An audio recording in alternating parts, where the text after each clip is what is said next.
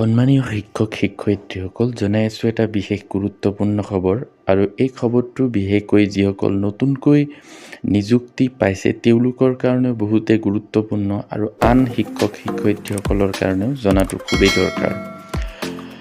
আৰু এই খবৰটো হ'ল ইউডাইচ সংক্ৰান্তীয়। এইটো চাব পাৰিছে office of the mission director সমগ্ৰ শিক্ষা আছাম, কাহিলীপাৰা, গুৱাহাটী, আছাম।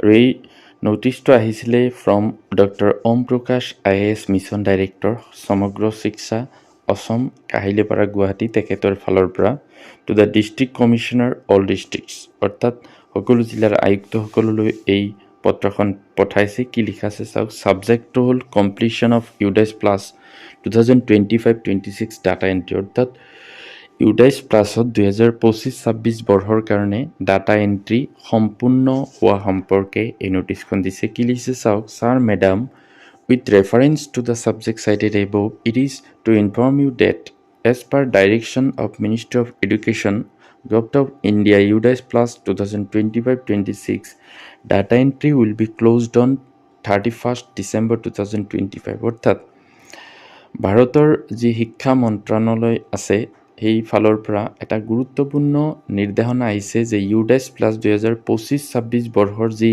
ডাটা এণ্ট্ৰি বা তথ্য ভৰোৱাৰ কাম যিটো চলি আছে, এইটো 31 ডিচেম্বৰ তাৰিখে শেষ হৈ যাব সেই সময়সীমাটো।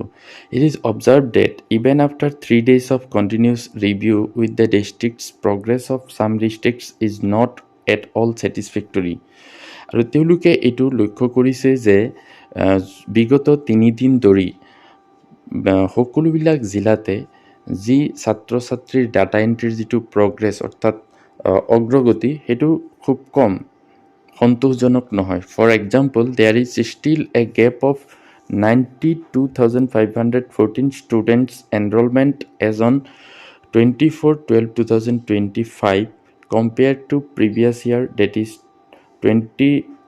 2024-25, অৰ্থাৎ 2025 বৰ্ষত যিখিনি ষ্টুডেণ্টৰ নাম ইউডাইচ প্লাছত সোমাইছে সেই সংখ্যাটো 2024-25 বৰ্ষত যি সংখ্যা আছিল তাতকৈ 92,514জন ষ্টুডেণ্টৰ নাম আৰু কম হৈ আছে, গেপ হৈ আছে।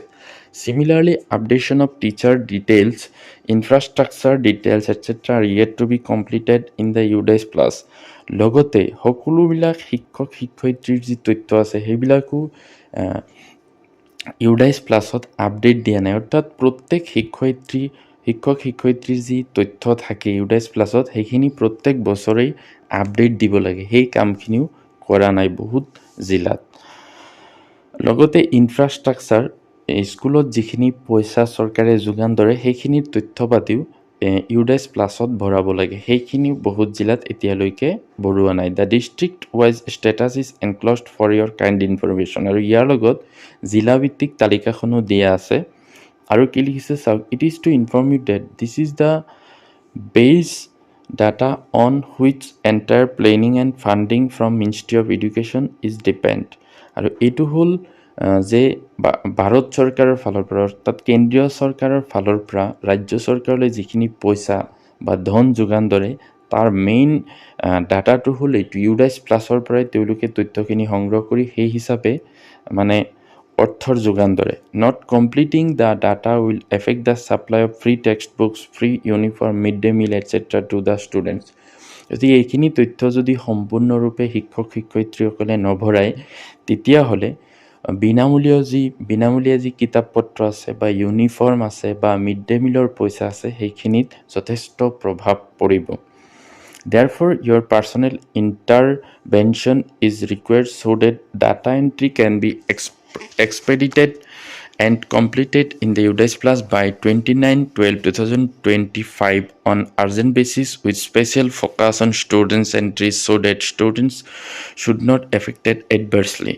গতিকে এই অনুৰোধটো ডক্টৰ ওম প্ৰকাশ ছাৰে তেখেতে সকলো জিলাৰ জিলা আয়ুক্ত যিজন DC তেখেতলৈ অনুৰোধ কৰিছে যাতে তেওঁলোকে এই বস্তুটো চাই আৰু 29/12/2025 বৰ্ষৰ আগত ইউডাইচ প্লাছত সকলো তথ্য শিক্ষক শিক্ষয়িত্ৰীসকলে এণ্ট্ৰি কৰে।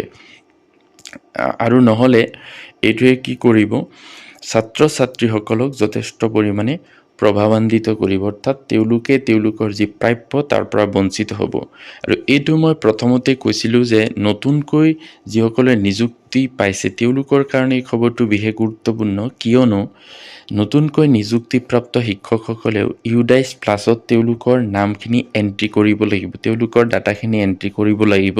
তেওঁলোকৰ কাৰণেও খুবেই জৰুৰী, নহ'লে এইটো বছৰ গুচি গ'লে বা বন্ধ হৈ গ'লে তেওঁলোকে পিছলৈ আৰু নিজৰ তথ্য ইউডাইচ প্লাছত ভৰাব নোৱাৰে। তো সেইকাৰণে এই ভিডিঅ'টো গুৰুত্বপূৰ্ণ আছিলে।